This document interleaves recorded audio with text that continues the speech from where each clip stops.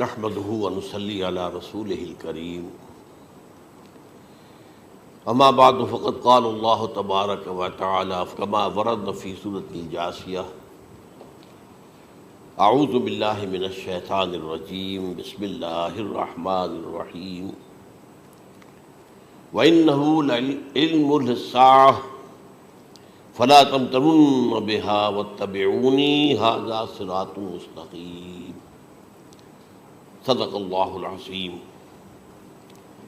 رب اشرح لی صدری ویسر لی امری واحلل عقدۃ من لسانی یفقہوا قولی اللہم ربنا الہمنا رشدنا واعذنا من شرور انفسنا اللہم ارنا الحق حقا وارزقنا اتباعہ وارنا الباطل باطلا وارزقنا اجتنابہ آمین یا رب العالمین۔ چنانچہ تین نفخے ہیں جو قرآن سے ثابت، نفخہ فی الصور، اور اس نفخہ فی الصور کا یہ عالم ہوگا یوم ینفخ فی الصور ففزع من فی السماوات ومن فی الارض الا من شاء اللہ۔ جس دن پھونکا جائے گا سور میں، اور اس وقت صورتحال یہ ہو جائے گی کہ جو بھی آسمانوں میں ہے زمین میں ہے سخت پریشانی اور سخت پشیمانی اور ایک طرح کے مرعوبیت اور خائف ہو کر رہ جائیں گے، الا ان کے کہ جن کو اللہ چاہے، اس کے کوئی ملائکہ مقربین ہوں گے۔ من فی السماوات فی الارض ہے، اس کے ساتھ ہی یہ کہہ دیا گیا ہے، لیکن یہ باقی پورے لوگوں کے اوپر، پوری مخلوقات کے اوپر ایک جو ہے گھبراہٹ کی کیفیت طاری ہو جائے گی۔ تو یہ ہے پہلا فضا۔ دوسرا فضا کیا ہے؟ فضا صعق۔ صعق کہتے ہیں آدمی کا بے ہوش ہو جانا۔ یہ دوسری مرتبہ جب سور پھونکا جائے گا، وَنُفِخَ فِي الصُّورِ فَصَعِقَ مَن فِي السَّمَاوَاتِ وَمَن فِي الْأَرْضِ إِلَّا مَا شَاءَ اللَّهُ۔ یہ ہے کہ اس کے بعد وہ سب کے اوپر موت طاری ہو جائے گی۔ یہ دوسرے سور پھونکے جانے کے بعد ہے۔ پھر ثُمَّ نُفِخَ فِيهِ أُخْرَى، پھر ایک مرتبہ اور پھونک ماری جائے گی۔ یہ تیسرا ہو رہا ہے۔ فَإِذَا هُمْ قِيَامٌ يَنظُرُونَ، تو اچانک سب کے سب کھڑے ہوں گے اللہ کی طرف دیکھتے ہوئے۔ اب یہ جو ہے یہ ہے یوم القیامہ، قام یقوم قیامتاً، کھڑا ہونا، کیونکہ اس دن یوم یقوم الناس لرب العالمین، جس دن کے تمام انسان جو ہے کھڑے ہو جائیں گے اپنے رب کے حضور میں، جس کا نقشہ کھینچا گیا ہے اذا دکت الارض دکا دکا وجاء ربک والملک صفا صفا۔ تو یہ سب کے سب انسان بھی جو ہے موجود ہوں گے، فرشتے صفے باندھے ہوئے ہوں گے، اور اللہ تعالیٰ جو ہے اپنے خاص عرش کے ساتھ یحمل عرشہ ثمانیہ، 8 فرشتے اس عرش کو اٹھائے ہوئے ہوں گے، جبکہ یہ آسمان پھٹے گا اور اس روئے ارضی پر اللہ تعالیٰ کا نزول ہوگا۔ یہ جو ہے ہمارا یوم القیامہ یہاں ہے۔ یوم القیامہ ہی میں جو فیصلے ہونے یہاں ہونے، قصہ زمین برسر زمین، جو نیکیاں تم نے یہاں کمائی ہیں یا جو بدیاں تم نے یہاں جن کا ارتکاب کیا کا فیصلہ یہاں ہوگا۔ اس کے بعد واللہ عالم کچھ اور بھی چیزیں ہیں، لیکن یہ کہ وہ سب عام طور پر لوگوں کے علم میں نہیں ہے۔ میں نہیں چاہتا کہ خام خواہ کسی نئی بات سے کوئی جو ہے ذہنوں کے اندر کوئی ایک تشکیک پیدا ہو جائے، شبہات پیدا ہو جائے، لیکن یہ چیزیں جو میں نے آپ سے عرض کی از قرآن ثابت ہے۔ اسی زمین پر اترنا ہے۔ وجاء ربک والملک صفا صفا، یہ سب کے سب آئیں گے، اور ملائکہ، اور اس کے علاوہ جو ہے دوسرے مقامات پر جس کا نقشہ کھینچا گیا ہے سورۃ الحاقہ ہی کے اندر ہے۔ اللہ کا عرش جو ہے 8 فرشتے اٹھائے ہوئے نیچے اتریں گے۔ تو یہ تمام چیزیں قرآن مجید میں مذکور ہیں، اور یوم القیامہ یہی ہوگا۔ لیکن وہ ہے یوم القیامہ، ہم قیامت کہتے ہیں اس کو جس کو قرآن کہتا ہے الساعہ، الزلزلہ، الحاقہ، القارعہ، الواقعہ۔ یہ ہے در حقیقت جو پہلا معاملہ ہے کہ اس کے اندر جو ہے فضا ہو جائے۔ اب دیکھیے جو علامات قیامت احادیث میں آئی ہیں وہ میں آج آپ کو سنا رہا ہوں۔ ان کو 2 حصوں میں تقسیم کیا جاتا ہے، علامات صغریٰ، علامات کبریٰ۔ چھوٹی نشانیاں جو درجہ بدرجہ درجہ بدرجہ درجہ بدرجہ حاضر سامنے آئیں گے۔ ایک ہے بالکل قیامت سے متصل قبل بڑے جو خرق عادت واقعات ہوں گے وہ آئیں گے۔ اچھا، پہلی چیز کے سلسلے میں حضرت انس رضی اللہ تعالیٰ عنہ سے یہ مروی ہے، اور یہ حدیث متفق علیہ ہے۔ پہلی علامت حضور نے بیان کی قیامت کی علامات میں سے. اب میں لفظ قیامت اسی معنی میں بول رہا ہوں جس میں کہ ہم عام طور پر بولتے ہیں. آپ نے فرمایا علم اٹھا لیا جائے گا، جہالت کا دورہ ہوگا. اب یہ کون سا علم اٹھایا جائے گا؟ سائنس کا علم نہیں، دین کا علم. آج تو ساری قدر و قیمت جو ہے جس کے لیے دوڑتے ہیں لوگ، لاکھوں روپے کی فیسیں دے کر MBA ہو رہے ہیں، یہ جو ہے اکاؤنٹنسی کا پاس کر رہے ہیں، یہ CA کر لیا ہے، یہ کوئی اور جو ہے فزکس میں کوئی کیمسٹری میں ڈاکٹریٹ کر لی ہے، ڈاکٹر بن گئے تو کیا ہی کہہ رہے ہیں.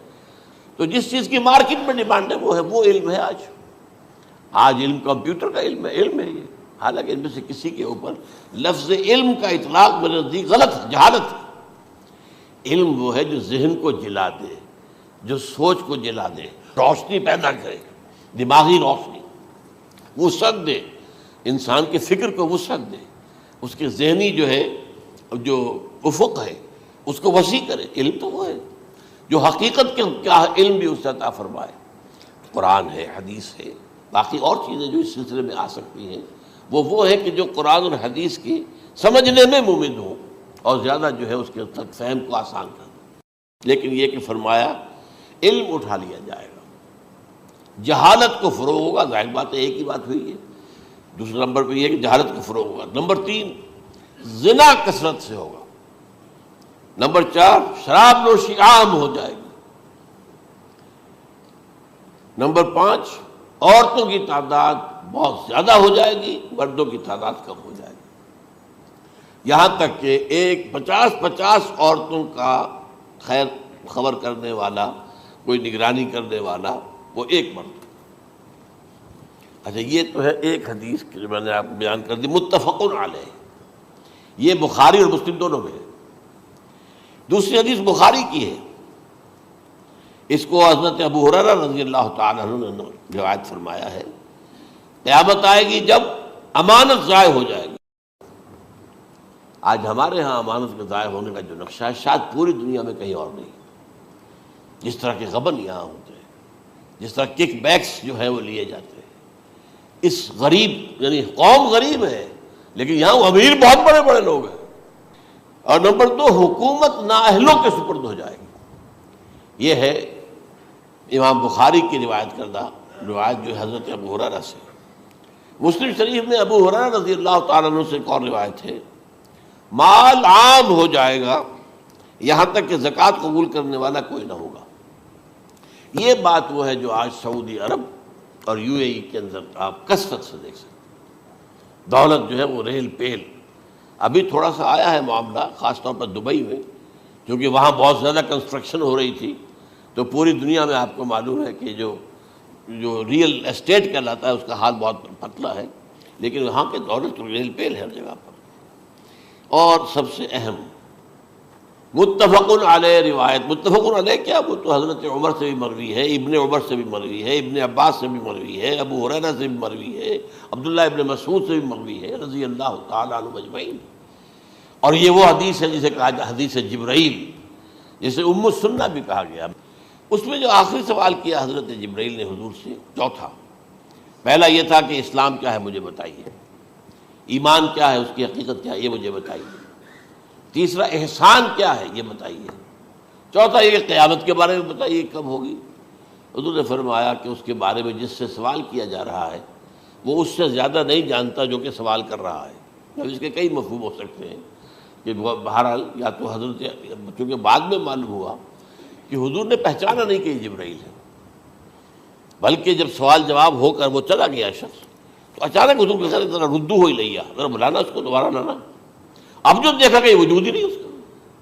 آسمان نے اس کو چکھ لیا، زمین نے نگل لیا، کیا ہوا ہے. پھر آپ نے یہ جبرائیل تھے جو تمہیں تمہارا دین سکھانے آئے تھے جبکہ تم سوال نہیں کر رہے ہو. یہ بڑے بیسک کوسچن تھے، اس لیے کہ دنیا کے ہمارا نظام اسلام پر ہے، ایمان پر نہیں ہے. اس لیے کہ ایمان کو ویریفائی کر ہی نہیں سکتے. کیسے پتہ ہوگا اس میں ایمان ہے یا نہیں ہے؟ کوئی آلہ نہیں ہے، کوئی الیکٹروکارڈیوگرام ابھی تک ایسا نہیں ہے، کوئی جو ہے اور جو طریقے چل رہے ہیں وہ تو ان کے ذریعے سے یہ تو نہیں معلوم ہو سکتا ایمان ہے کہ نہیں. لہذا یہاں کا سارا نظام اسلام پر ہے. شہادت اللہ الہ الا اللہ وان محمد رسول اللہ. پھر ایک نظام بنا دیا وإقام الصلاۃ وإیتاء الزکوٰۃ وصوم رمضان وحج البیت. اس میں بھی یہ ہے کہ اگر کوئی نماز کو نہیں مانتا تو کافر ہوگا، لیکن نماز پڑھتا نہیں ہے تو کافر نہیں ہے، فاسق ہے، فاجر ہے، گناہ گار ہے، کمزور مسلمان ہے. اس طرح زکوٰۃ کا منکر ہو جائے گا تو وہ کافر ہوگا، لیکن زکوٰۃ دے نہیں رہا ہے تو یہ گویا کہ گناہ گاری ہے، کمزوری ہے. تو اس حوالے سے نوٹ کر دیجئے کہ یہاں کا دنیا کا سارا اسلامی نظام اور سارا کانسٹیٹیوشنل اور لیگل سسٹم جو ہے اسلام کا وہ اقرار باللسان پر ہے. ایمان ہے وہ کہ جس کی بنیاد پر وہاں فیصلے ہوں گے. یہاں کوئی شخص مسلمانوں کا بڑا لیڈر ہے، بڑا علامہ ہے، بڑی اس کی قدر و منزلت ہے، اس کے ہاتھ چومے جا رہے ہیں، پاؤں چومے جا رہے ہیں، ہو سکتا ہے وہاں کہا جائے دفع ہو جاؤ، تمہارے دل میں ایمان نہیں تھا، تم نے یہ سب کچھ کیا تھا اس لیے کہ کہا جائے کہ بڑے عالم ہو، اور یہ کہا جا چکا فقط قیل. اب یہاں کچھ نہیں ہے تمہارے پاس. پھر فرشتوں کو حکم ہوگا کہ اس کو گھسیٹتے ہوئے جہنم میں ڈال دیں. 3 باتیں بیان کی آپ نے. یہی حشر اس کا ہوگا مالدار کا. اللہ پوچھے گا میں نے تمہیں بہت مال دیا، تم نے کیا کیا؟ وہ کچھ گنوانا شروع کرے گا. اللہ فرمائے گا جھوٹ بول رہا، قذبت تھا، تم نے یہ خیرات و صدقات اس لیے کیے تھے کہ تمہاری سخاوت کے ڈنکے بج جائے، تعریفیں کی جائے. وہ کی جا چکی ہے، دنیا میں ڈنکا بج گیا. یہاں کچھ نہیں تھا، وہ نیت دل میں کچھ اور تھی تمہارے. میں لیس البر ان تولوا وجوہکم والا قرآن مجید کا سبق ہمارا منتخب نصاب کا نمبر 2 بڑی تفصیل سے بیان کیا. یہی معاملہ ہوگا اس عالم کا. اللہ فرمائے گا میں نے تمہیں علم دیا، تم نے، وہ کہے گا میں نے علم پھیلایا لوگوں میں ہدایت کی. جھوٹ بول رہے ہیں، تم نے تو صرف اس لیے کیا تھا، تمہاری نیت یہ تھی کہ بڑا عالم شخص ہے، بڑا فاضل شخص ہے. تو یہ سب کہا جا چکا. تو وہاں کا معاملہ جو ہے وہ اسلام پر نہیں ہے. یا آپ دکھائیں گے دیکھیے یہ میرا آئیڈینٹی کارڈ، اس پہ اسلام میرا مذہب لکھا ہوا ہے، یا یہ میرا پاسپورٹ ہے. آئیڈینٹیفیکیشن کے لیے دنیا میں عام طور پر یہ چیزیں ہوتی ہیں. کوئی تعلق نہیں. آخرت کا معاملہ کسی اور شے پر ہے. وہ تو ایمان دل میں ہے، اور تمہارے تمام جو حرکات ہیں، اعمال ہیں، ان سب کے اندر جب تک کہ اصل جو قوت متحرکہ ہے وہ اللہ کی محبت نہ بن جائے، اخلاص للہ، بحب اللہ للہ، اور یہ کہ یہ تمام چیزیں جیسا کہ فرمایا، ایک حدیث بڑی پیاری ہے، ایمان کی تکمیل کی علامت کیا ہے؟ فرمایا من احب للہ وابغض للہ ومنع للہ واعطى للہ فقد استکمل الایمان.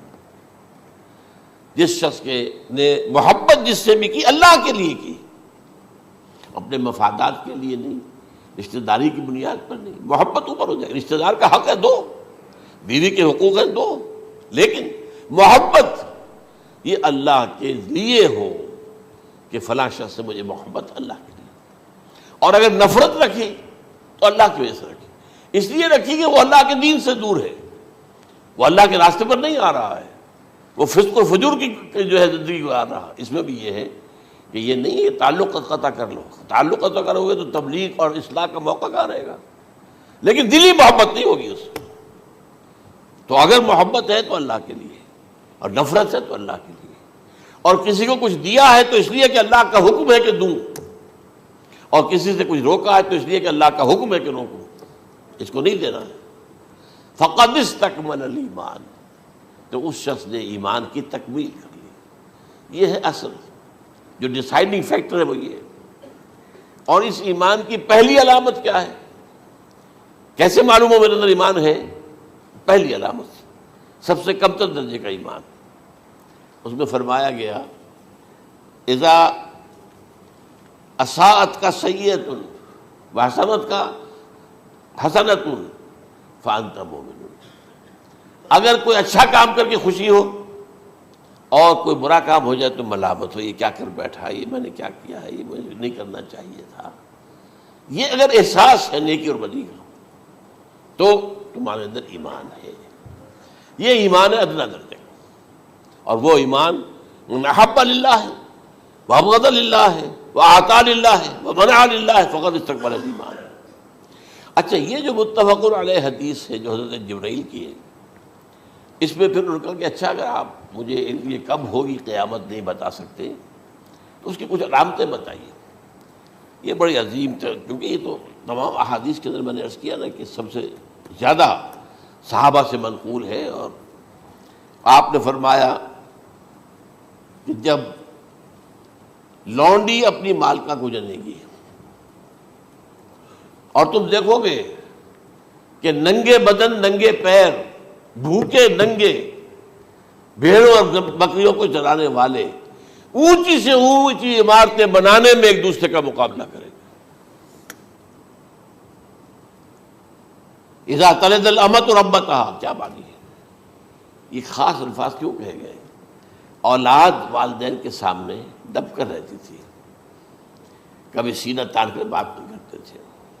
ٹھیک ہے، کوئی بات آپ مان نہیں سکتے، ابا جان یہ بات تو میں نہیں کر سکتا، یا فرض کیجئے کہ وہ آپ کو کسی نیکی سے روک رہے ہیں، کہ دینی کام سے روک رہے ہیں، ابا جان یہ تو میں نہیں کروں گا، یہ تو دین کا فرض ہے، یہ کہیں آپ، اور ڈٹ کر کہیں اور جمیں اس پر، لیکن یہ کہ کوئی سرکشی کا انداز نہ ہو، ایسا نہ ہو کہ اپنے جناب سینے کو تان کر کے کھڑے ہو جائے، میں نہیں کروں گا، یہ نہیں، یہ غلط ہو جائے۔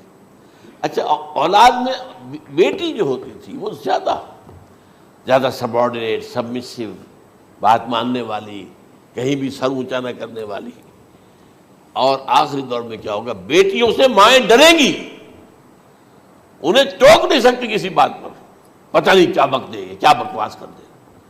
یہ تو ہمارے ہاں ہو گیا ہے، باہر کیا ہے وہ تو آپ یہ بھی نہیں پوچھ سکتے۔ آپ کی 13 برس کی لڑکی آئی ہے رات کو 1 بجے، نہیں پوچھ سکتے کہاں رہی ہو، یہ رات کہاں گزاری، پوچھ ہی نہیں سکتے۔ یہ پوچھنا بھی جرم ہے۔ اپنے چھوٹے بچے کو آپ نے ایک تھپڑ مار دیا، تہذیب ہے، سکھانا ہے، غلط کام کیا ہے، اس کی سرزنش ہو رہی ہے، فوراً وہ اگر ایک فون کر دے گا، پولیس آئے گی، بچے کو لے جائے گی، اسے لا کر کہیں اور جو ہے ڈپازٹ کرے گی، اور آپ پر مقدمہ چلے گا، آپ کو اس کی سزا بھگتنی ہوگی۔ ظاہر بات ہے کہ پھر وہاں سرکشی کا کیا عالم ہوگا، پھر اولاد کہاں سر جھکائے گی، کس درجے میں جھکائے گی، اس کی تربیت عثمانی ہوئی نہیں۔ تو ان تلد الامۃ ربتہا، گویا کہ بیٹی کے نزدیک ماں جو ہے وہ ایسی ہو جائے گی جیسے لونڈی، گویا کہ لونڈی نے ایک اپنی مالکہ کو جنم دیا ہے، بیٹی مالکہ بن جائے گی اور ماں جو ہے لونڈی بن جائے گی، اور دولت کی ریل پیل کا ابھرتا دکان، یہ جو بھوکے ننگے اور مفلس، کیا حال تھا 100 برس پہلے، انہیں کھانے کو کچھ نہیں ملتا تھا۔ یہ مشرقی ساحل پر تھے، یہ سوائے یہ کہ مچھلیاں پکڑ لی، اللہ اللہ خیر اللہ، وہ کھا لی، یا کہیں ان کو بیچ دیا، کوئی بنڈی لگ جاتی تھی وہاں، اور کیا تھا۔ اور مغربی ساحل پہ کیا ہوتا تھا، ساری ان کی معیشت حج کے گرد گھومتی تھی، حاجی آئے ہیں، خریداریاں کر رہے ہیں، اور آپ کو معلوم ہے پوری دنیا سے مال پہلے بھی پہنچتا تھا وہاں، آپ کو جو ہے ہر ملک کے ہر کونے کا پھل وہاں مل جائے گا آج بھی۔ اور وہاں پر یہ ہے کہ سب سے بڑی بدوؤں کے لیے سب سے بڑی بات کیا تھی، قربانی کا گوشت، اسے وہ سکھاتے تھے، سخت چمڑے کر کے کھاتے تھے، یہ ان کا حل تھا۔ آج جا کر دیکھیے نئے شہر بن رہے ہیں، امریکنز کو کانٹریکٹ دیے جا رہے ہیں، بالکل ماڈرن شہر بنا دو۔ پر اس کے بعد آتا ہے علامات کبریٰ کا ذکر، بڑی علامتیں جو کہ بالکل خرق عادت کے انداز میں ہوگی، جن کا معاملہ جو ہے وہ آپ کے ناپ تول میں نہیں آ سکتا، آپ کی کیمسٹری فزکس اس کا جو ہے وہ نہیں کر سکتی، ادراک ہوگا یہ قیامت کی۔ ان میں نمبر 1 کیا ہے، ایک بہت بڑا دھواں آئے گا، پوری دنیا کو لپیٹے گا۔ نمبر 2، دجال کا ظہور ہوگا، جو اپنی خدائی کا دعویٰ لے کر آئے گا اور بنوائے گا، اس کے ہاتھ میں ہو جائیں گے، قبضے میں ہو جائیں گے سارے ذرائع پیداوار کے، اس کی طرف بھی پہلا قدم اٹھ چکا ہو، ٹرپس کے نام سے معاہدہ ہو چکا ہے، کوئی ملک اپنا بیج پیدا نہیں کر سکتا ہو، یہ بیج ہم نے ڈیولپ کیے ہیں، ان کے ڈیولپمنٹ سے پہلے تم ایک ایکڑ سے کتنی گندم لیتے تھے، آج کتنی لے رہے ہو، کس بنا پر؟ جینیٹکس کا جو کام ہم نے کیا ہے اس کی بنا پر ہو رہا، ہاں تو ہمارا حق ہے، اس کی رائلٹی ہمارے پاس آنی چاہیے، لہذا صرف ان اداروں سے، ملٹی نیشنل سے خریدا جائے گا بیج، اور بیج بھی وہ دیں گے وہ کہ جس سے جو فصل اگے گی وہ بیج نہیں لا سکتے، وہ بیج کا کام نہیں کر سکتے۔ جیسے آپ کو معلوم ہے کہ آپ کے ہاں جو گوشت کھایا جاتا ہے مرغے کا، تو مرغا وہ جو ہے اس میں مرغا ہو یا مرغی ہو، اس کے اندر کوئی وہ کیفیت ہی نہیں ہے. ان کے انڈے جو ہے ان سے آپ بچے حاصل نہیں کر سکتے. ہے تو انڈا، دیکھنے کو تو انڈا ہے، لیکن وہ بنڈا جو ہے اس سے بچہ تو نہیں حاصل کر سکتے. ایسے ہی وہ گندم کا بیج دیں گے، نظر آئے گی گندم، لیکن اس کے اندر وہ صلاحیت نہیں ہے کہ اس سے جو فصل ہوئے گی اس کا نتیجہ جو ہے وہ بھی آپ لے سکیں. یہ ہونا ہے، اللہ جانے، قدم اٹھ رہے ہیں ادھر. پھر یہ ہے کہ دابۃ الارض، زمین سے ایک حیوان نمودار ہوگا، زمین شق ہوگی. ابھی میں کہہ رہا ہوں خرق عادت ہے، یہ چیزیں وہ نہیں ہیں جو ہماری کسی حساب کتاب میں جو باتیں پہلے آئی ہیں وہ تو حساب کتاب میں آ رہی ہیں، ساری سمجھ میں آ رہی ہیں، ساری چیزیں مشاہدہ ان کا ہو رہا ہے. لیکن یہ ہے کہ دابۃ الارض، یہ کہتے ہیں کہ کوہ صفا، اس میں تو نہیں ہے حدیث میں، کوہ صفا پھٹے گا اور اس میں سے ایک حیوان دابہ وہ ظاہر ہوگا. تو اسی لیے فرمایا ہے وَإِذَا وَقَعَ الْقَوْلُ عَلَيْهِمْ أَخْرَجْنَا لَهُمْ دَابَّةً مِّنَ الْأَرْضِ تُكَلِّمُهُمْ، تو ہم اندر سے پیٹ کے چیر کر زمین کے پیٹ کو ایک حیوان کو برآمد کریں گے جو انسانوں سے بات کرے گا، گفتگو کرے گا. نمبر 4 طلوع الشمس من المغرب، یہ بھی خرق عادت. سورج تو طلوع ہوتا ہے مشرق سے، غروب ہوتا ہے مغرب میں، لیکن اس وقت معاملہ الٹا ہو جائے. یعنی جو کائنات کے اندر جو گڑبڑ ہوگی کچھ سمجھ میں بات آتی ہے کہ یہ معاملہ جو ہے یہ تو اس پورے سولر سسٹم کو اگر بدل دیتے ہیں تو مشرق مغرب ہو جانا، مغرب مشرق ہو جانا، یہ سمجھ میں آنے والی بات ہے. اس کے بعد ہے عیسیٰ ابن مریم کا نزول، جس کے بارے میں آج میں نے گفتگو کی ہے تفصیل سے. یہ نزول ہونا ہے، یہ علامات قیامت میں سے حضور نے بیان فرمایا ہے، اور قرآن مجید کی جو اصطلاحات ہیں اس کے حوالے سے میں نص قطعی جو ہے وہ میں آپ کے سامنے رکھ چکا ہوں. پھر یاجوج ماجوج کا ایک معاملہ ہے، یہ میں ابھی اس وقت زیادہ اس پر بات نہیں کر سکتا. حضرت عیسیٰ علیہ السلام کے نزول کے بعد 2 کام ہوں گے. یہودیوں کا قلع قمع ختم، تمام یہود، ایک کام تو یہ ہونا ہے. اور نمبر 2 عیسائیت کا ختم ہو جانا. عیسائیت کی نفی کر دیں گے، بھائی تم مجھے خدا کا بیٹا بنائے بیٹھے ہو، میں تم خدا کا بیٹا نہیں ہوں، میں تو اس کا بندہ ہوں، رسول ہوں. میں نے تم سے کب کہا تھا کہ مجھے خدا کا بیٹا بناؤ. نمبر 2 یہ کہ وہ خنزیر کو قتل کر دیں گے، یعنی یہ تم نے خنزیر کب سے کھانا شروع کر دیا؟ میں تو تم کو نکاح اجازت دے کر گیا تھا، یہ تو شریعت موسوی میں حرام تھا، اور میں کہہ کر گیا تھا کہ یہی شریعت تم پر لاگو رہے گی. How come? تم نے کیسے یہ؟ آج بھی بہت سے رومن کیتھولکس جو ہے وہ سور نہیں کھاتے، وہ اس میں ہے ان کے اندر کچھ نہ کچھ بات جو ہے جو حضرت عیسیٰ کی تعلیمات کا کچھ اثر ان کے ہاں ہے. اصل میں بتا رہا تھا آپ کو کہ جب عیسائیت بھی ختم ہو گئی، یہود ویسے ختم ہو گئے، استیصال ہو گیا، جڑ کٹ گئی. اب عیسائیت گویا کہ اسلام میں ضم ہو گئی. عیسائیت مذہب ختم، یہودی خود ختم. اب یہ طاقت کتنی ہو جائے گی؟ تقریباً 2/3 دنیا آ گئی. تمام اب عیسائی 2 ارب کے قریب ہے، 1 ارب 90 کروڑ ہوں گے، یا مسلمان بھی 1 کروڑ 50-60 لاکھ ہیں. دونوں کو جوڑ لیجیے کتنے ہو گئے؟ 6 ارب کل آبادی ہے. لیکن اس کے بعد آتا ہے یاجوج ماجوج کا خروج. یہ یاجوج ماجوج میرے نزدیک چائنا اور رشیا ہے.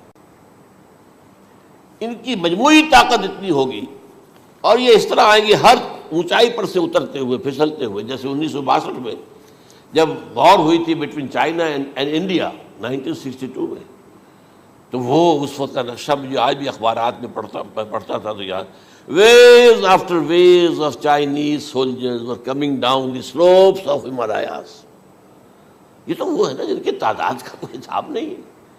اور رشیا اور یہ مل کر جو ہے، میرا اندازہ یہ ہے کہ جب پہلے ملحمۃ العظمیٰ ہوگی وہ عیسائیوں اور مسلمانوں کے درمیان، اس وقت یہ دونوں پاورز نیوٹرل رہیں گی. لیکن غالباً یہ بات طے کر لیں گی کہ ویپنز آف ورلڈ جو ہے ماس ڈسٹرکشن، یہ استعمال مت کرنا. اگر یہ ویپنز آف ماس ڈسٹرکشن استعمال کرو گے تو ہم میدان میں آ جائیں گے. اس میں وہ جنگ جب ہو چکے گی، پھر حضرت عیسیٰ کو فتح حاصل ہو جائے گی، اور پھر یہ کہ یہودیت ختم ہو جائے گی، عیسائیت بطور مذہب ختم ہو کر اسلام میں ضم ہو جائے گا. پھر وہ 40 برس کا عہد حکومت ہے حضرت عیسیٰ علیہ السلام.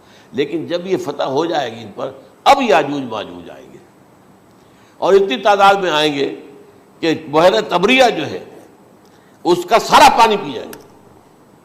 یہ تو اگر آپ کو کبھی اندازہ ہو یا کوئی آپ جانیں ان لوگوں کو جو ان چینیوں سے واقف ہیں، وہ کہتے ہیں زمین پر ہلتی ہوئی کوئی چیزوں سے وہ چھوڑی چھوڑ کے کھا جائیں گے۔ جہاں وہ جاتے ہیں ایز اے لیبرر، وہاں کے جو سارے کتے ہیں ختم، ساری بلیاں ختم، ہر شے، وہ جو سانپ کھاتے ہیں، ہر چیز کھاتے ہیں۔ اور یہ تمام ایسٹرن کنٹریز کے اندر ہوتا ہے، بڑی ڈیلیشس ڈشز ہیں یہ سانپ وغیرہ وغیرہ، اور یہ جس طرح کھا جائے، پانی پیا ایک قطرہ نہیں رہے گا اس پر۔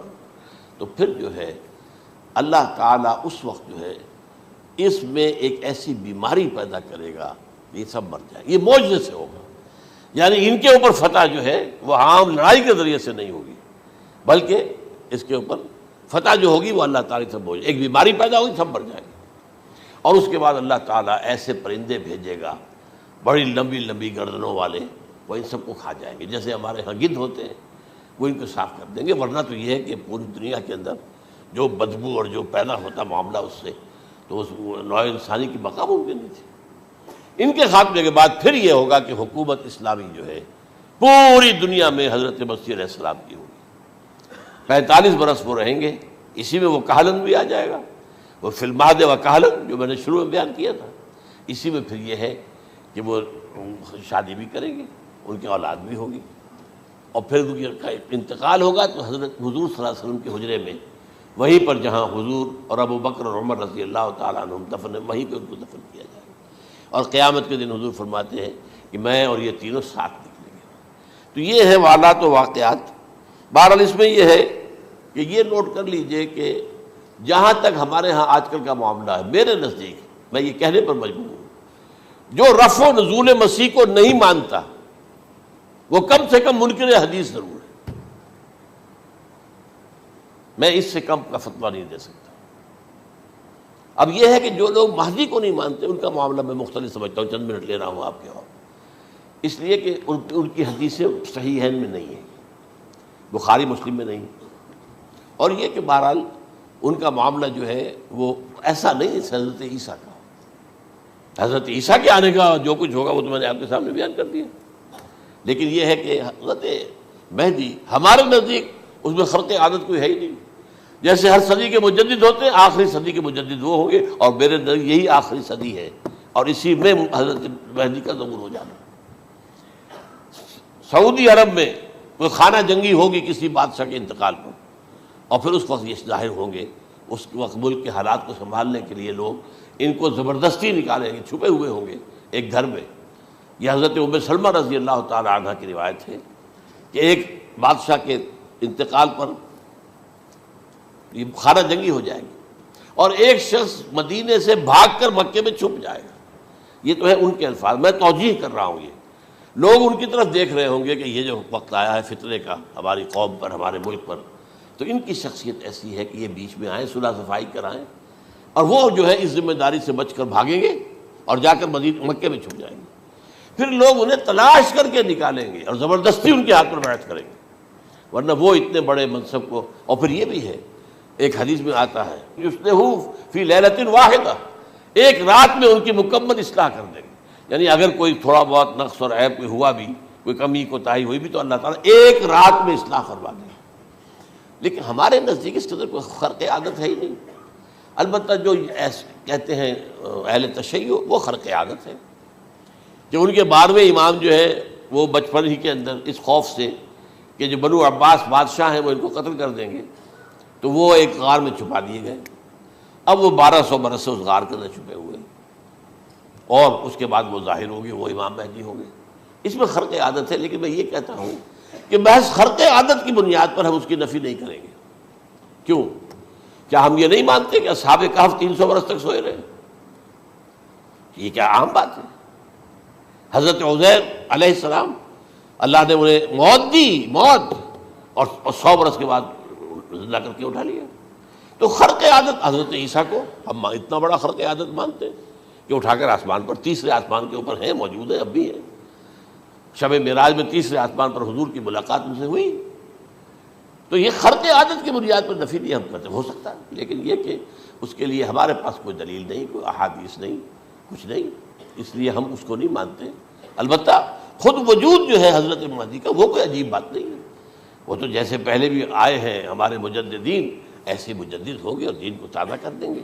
ایک صحیح اسلامی ریاست جو ہے وہ عرب میں قائم ہو جائے گی دوبارہ۔ حضور نے فرمایا وہ عدل اور انصاف سے عرب کو اسی طرح بھر دے گا جیسے کہ وہ اس سے پہلے ظلم اور جور اور زیادتیوں کے سے بھری ہوئی ہوگی۔ تو یہ کام ہوگا، یہ تو مجدد کا کام ہوتا ہی ہے اس حوالے سے۔